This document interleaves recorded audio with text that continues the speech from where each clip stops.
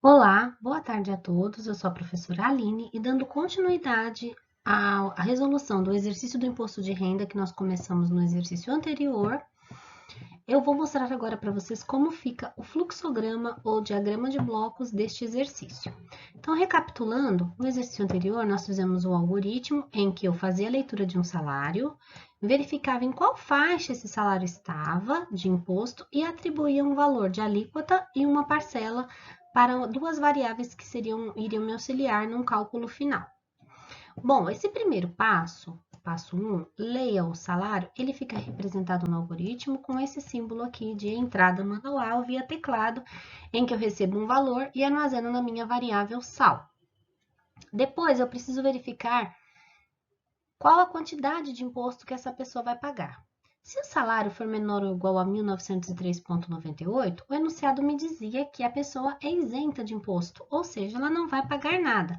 Então, neste caso, se isto aqui for verdade, o salário é menor ou igual a 1.903,98, eu criei uma variável chamada IR, que recebeu zero, e a minha variável parcela também recebeu zero. Depois dessas atribuições, eu vou direto para o cálculo do imposto e a apresentação do imposto, que seriam os meus passos 20 e 21. Ou seja, todo este lado que está associado ao senão, ele será ignorado pelo meu código. Tudo que está dentro do senão será ignorado. E aí eu faço o cálculo. Vocês podem perguntar, mas professora, por que você vai fazer o cálculo se o imposto é zero?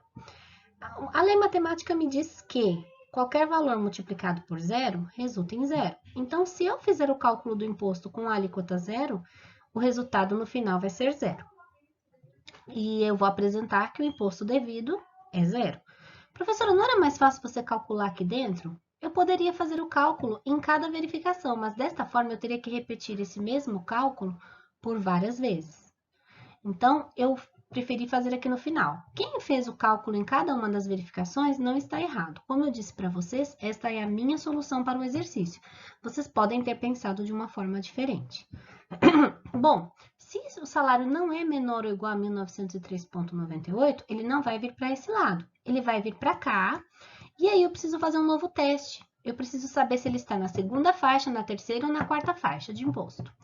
Se ele for menor ou igual a 2.826,65, significa que ele está entre 1903,99, porque ele veio para cá, e 2.826,65. Se isso for verdade, a minha alíquota é 7,5 e a minha parcela vai ser 142,80. E depois eu venho para o final e faço o cálculo novamente. Se isso não é verdade, eu verifico a próxima faixa. Ou seja, ele é menor, eu verifico se ele é menor ou igual a 3.751,05. Se isso for verdade, a faixa é 15%, a parcela é 354,80. Se não, verifico se está na próxima faixa. Se isto for verdade, eu atribuo 22,5%, a parcela de 636,13, caso não, atribuo 27,5% e a parcela de 869,36. Neste caso, eu não preciso fazer uma nova verificação, porque se ele não é menor ou igual a 4.664,68, qualquer valor acima desse, a alíquota vai ser 27,5%. Então, aqui não importa se a pessoa ganha 10 mil ou 100 mil, a alíquota do imposto vai ser a mesma. Todo mundo vai pagar 27,5%. Como este valor é uma porcentagem e não um valor fixo, aqui no passo 20 eu fiz o cálculo da porcentagem, dividindo o salário por 100, obtendo assim 1% e multiplicando pelo valor da alíquota que eu calculei e deduzindo a parcela. Esta foi um exemplo de solução. Na hora de fechar o nosso diagrama de blocos, observem que vale aquela regrinha que nós comentamos com vocês durante a aula. A última estrutura que eu abri é a primeira que eu fecho. Então, eu uno o lado sim e o lado não, utilizando este conector. Quando eu fechei essa estrutura, a penúltima estrutura que eu abri é a segunda que eu vou fechar. Então, ligando o lado sim, o lado não, neste caso, que é toda esta, e o lado sim, com este conector. Depois, a antepenúltima, seguindo a mesma sequência. uno todo este lado, que era o lado não deste diagrama, com o lado sim, utilizando esse conector, e eu fecho toda esta estrutura. E por fim, a primeira que eu abri é a última que eu vou fechar, unindo o lado sim com o lado não, utilizando este conector e fechando aqui toda esta estrutura.